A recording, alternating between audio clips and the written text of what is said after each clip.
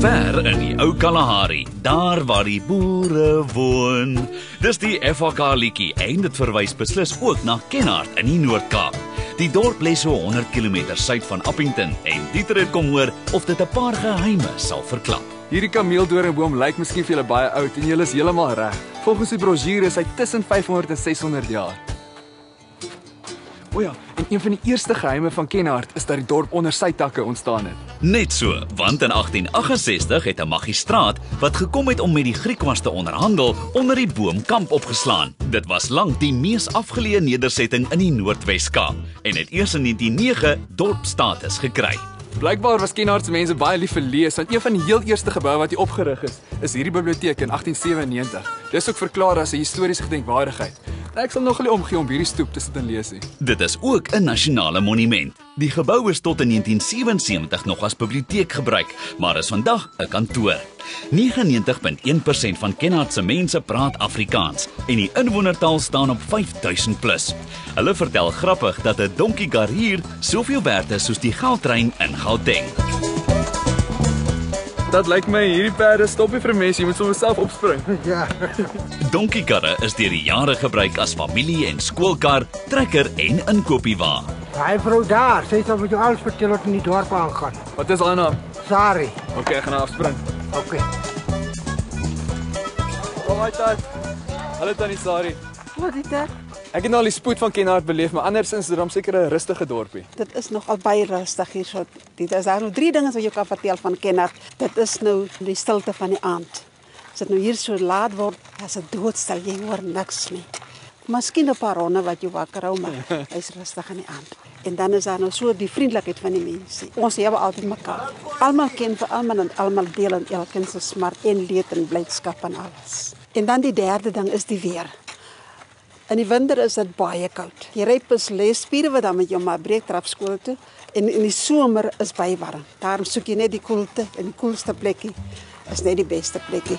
Dan Sari vertel dat sy as kind 'n vloed beleef het wat die meeste van Kenhardt se eens pragtige bome met hom saamgevat het. Kenhardt lyk vandag vir my so droog, is moeilik om te glo dat hier 'n paar jaar gelede 'n groot vloed was. Ja, dit was die grootste vloed in 41 gewees. En hier langs waar ons nou staan, by hierdie straat, was heel vol water gewees. So ons sou knie-diep in die water gestaan het. Beslis. En die is hoe die hoofstraat gelyk het in 41 se vloed. Tannie Sari, jy was mos 6 jaar oud toe dit gebeur het. Presies, Dieter. Kyk, ek kan nog onthou hoe die diere verdrink het. Dan sien jy die boom se wortels is bo en as die takke weer bo. Of jy sien die perd se kop kom uit en die rinnik of die bees se kop kom en dan verdwyn hy net weer. Sy wat dit was 'n groot vloed gewees. Dit lyk miskien nie so nie, maar Kenhardt lê in die Groen Kalahari. Die rede is dat die Hartbeesrivier 'n groenbelt voorsien wat seisoonaal deur die Rooibergdam aangehelp word. Die rivier is net agter die Senningkerkie wat in 1896 begin is. Vandag is dit 'n privaat museum. Ek brand gereeld my klere met 'n moderne strykyster, so ek het baie respek vir mense wat hiermee kon stryk. Dieter, ja, jy kan nog al so sê, want ek het begin groot word met hierdie eisters, maar nou moet jy dit oopmaak en dan gooi jy die kolle binne in. En dan maak jy toe en as jy draai warm is, dan begin stryk jy. Maar jou arms kan net nie, jy kan self voel of jou arms dit moet gehou het. 'n Paar spiere hiervoor nodig. Ja, hy is nog al so warm, maar dit het altyd gewerk. Maar ek wil nou vir jou hierdie ene wys. Hierdie ene is eintlik die gevaarlike ene. Hierdie ene het jy parafin en benzine ingegooi. Dat jy dit hier oopgemaak en dat jy hierdie gebruik en dit ingesit en dat jy dit daarin gegooi en dat jy brand gesteek, maar jy moet nou versigtig wees nie ontplof nie terwyl jy stryk nie. Behalwe die 30 strykeisters is daar uitstallings van sanartefakte, erdegoed en klippe. Versamel of familievoëls hou gewoonlik van dele waar kameeldoringbome is. Hier maak hulle 'n ander plan. Die versamelvoëls in hierdie omgewing is baie kreatief. Weens die gebrek aan hoë bome bou hulle sommer hulle woonstelneste bo pale. Dieter se volgende afspraak is by Verneekpan, sowat 90 km suid van Kenhardt. Te ver om te loop, so hy moes duim gooi.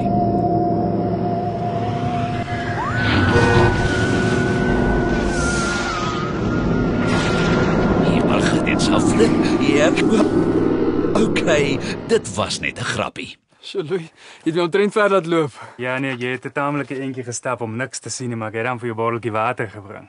Baie dankie. Ek moet bieg, ek het daarom so 'n bietjie verneek. Ek het so gedink. Maar hierso as jy links kyk sien jy niks, as jy regs kyk sien jy ook niks, so dan weet jy jy's op die regte plek. En as jy wil kop skoon maak, as jou vrou jou bietjie kwaad maak, is dit nou die regte plek om net te sit. Jy hoor niks nie, jy hoor jouself net dink. Ja, sy is omtrent stil.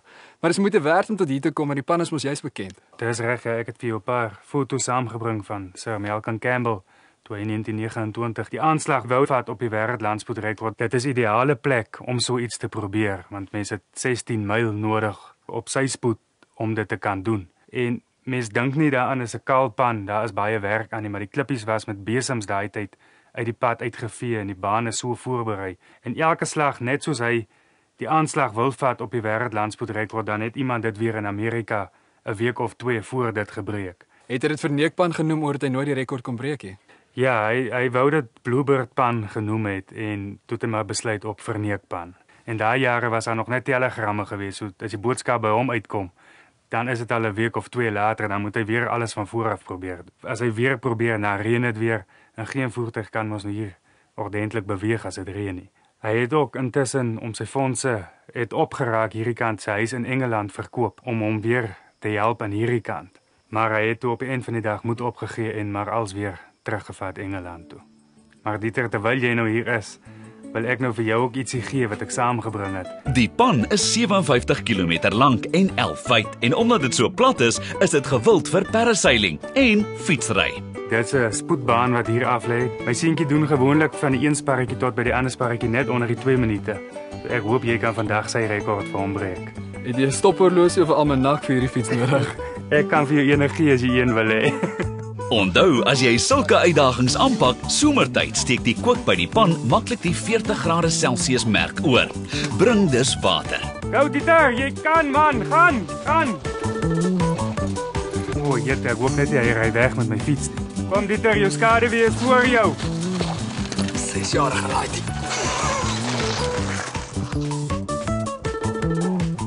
Het ek het gemaak, Louis? Jy het dit ook maar net gemaak. Ek is nou so mooi opgewarm, ek gaan sommer die fiets terug wat dorp toe. Ek dink jy moet maar weer gaan soos jy gekom het met jou voet. Moeilik om nou te glo, maar in die reenseisoen kan mens honderde watervols hier in Verneekpan sien. So wat 8 km suid van die dorp op die hoofroete na Kaapstad, moet jy kom kyk na die kokerboomwoud. Hier is enigiets tussen 4000 en 5000 van die oerbome. Het jy al ooit so groot kokerboom gesien?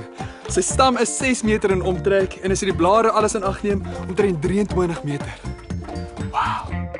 Kokerbome is eintlik nie bome nie. Dit is vetplante wat aan die alwyn-familie behoort. Soms is hulle glo saam met nuwe grafte geplant, soos die by Rooibergdam. As ek die storie nou reg het, wys hierdie grafsteen hoe oud die bome is. Ja, die graf hierso is die ingenieur se vrou wat die damwal hier gemaak het. In 1898 is die vrou hier begrawe en dit was na die Wêreldoorlog. Hy en my oupa het saamgewerk hier, so hy was deel van die soldate wat toe die dam gebou het en dit is alles met die hand gedoen. Sy het bosleiskoers opgedoen. By ons is 'n bosleis as jy jou byt en jy kom jy gou by 'n dokter IT, dan veroorsaak hy bosleiskoers en jy dood daaraan. Ek het ook 'n storie gehoor van 'n spook wat hier rondloop. Ja, ek is so half bewus van die spook. Want soos ek sê, my oupa was betrokke by die damwal se bou. En hier was 'n klomp van die kliphuisies. En ek het altyd na skool so by my oupa gekyk van voorskool tot na skool by hulle kyk en ek het die spesifieke aand hier by my oupa geslaap. En dit was 'n somersaand en ons het buite gelê. En hy het so swart rondgegaan die hond by my voete end gelê en toe die gedaante nou sy verskyning maak toe die hond nog geblag en hy naam die ding weghou van sy mense af. Toe het hom nou so en agter om die huis en het is net 'n chunk geluid gehoor en volgende oggend sien is die hond lê dood agter die huis. En na rukkie het my oupa gesê het die ding weer gekom en toe stap die lang swart gedaante in die hond draaf laas hom so dis nou sy hond, nou die hond vir hom geërf. Dan gaan ek maar liewer loop voordat ons slapende honde wakker maak. Ja, dis seker maar die beste wees solank die son nog skyn. Bye oom Piet. 45 km noord van Kenhardt is nog 'n interessante plek wat jy by moet inloer. Maar dit is op privaat grond, dus sal jy moet reël dat 'n plaaslike toeroperateur jou hierheen bring. Volgens die brosjure word hier 'n hele paar natuurgeheime hier verklap. Wie dis waar Dieter, hierdie koppie is vir ons baie spesiaal. Hier's 'n groot verskeidenheid graviere op hom. Iets wat ek vandag spesiaal vir jou wil uithaal is hierdie gravier van die 7-toon wat baie verskillende opinies rondom het. Mense sê dis 'n voetspoor of ander mense sê dis 'n gravier. Ek het nog nooit gehoor van 'n dier met 7 tone nie. Party mense sê daar's wel 'n oer-amfibiese diertjie gewees wat 7 tone gehad het. Ander bespiegel weer daar kan moontlik 'n oerdwerg olifantjie gewees het. Okay, oor die gravier selfs is daar verskillende opinies rondom, is dit 'n regte voetspoor of is dit 'n gravier wat deur iemand gemaak is. Voetspoor self het 'n imprint binne in die lip waar die graviere uitgekap moes gewees het. Hoekom dit ook moontlik voetspore kan wees is omdat hulle ingelit volg bo mekaar, 2 grootes bo en onder 3 kleintjies en hulle is ingelit soos wanneer 'n mens sou stap. Verder het hier op dieselfde rots het ons voorbeelde van wit voetspoortjies wat baie mense baie duidelik kan sien dat dit 'n gravier is. En hierdie lyk 'n bietjie anders, dis donker. Dis wat die kontroversie maak van is dit 'n voetspoor of is dit 'n imprint soos baie mense dit noem. Dieter moet nou eers sy voetspore terug dorp toe vind, want al ons nuwe Kenhardt vriende wag hom in saam met 'n snaarorkes by ouma Mimi se eetplek.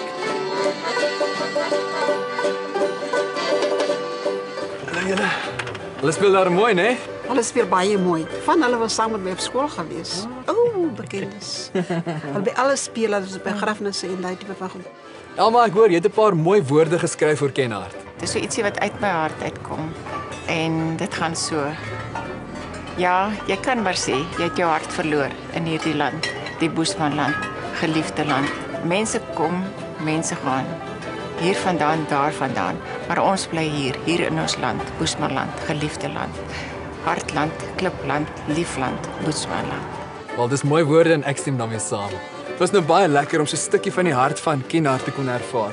Maar ek moet sê, ek dink nie hulle sal alle geheime al met die eerste besoek verklap nie. Ja, Dieter, hier kan mens weer en weer kom kuier.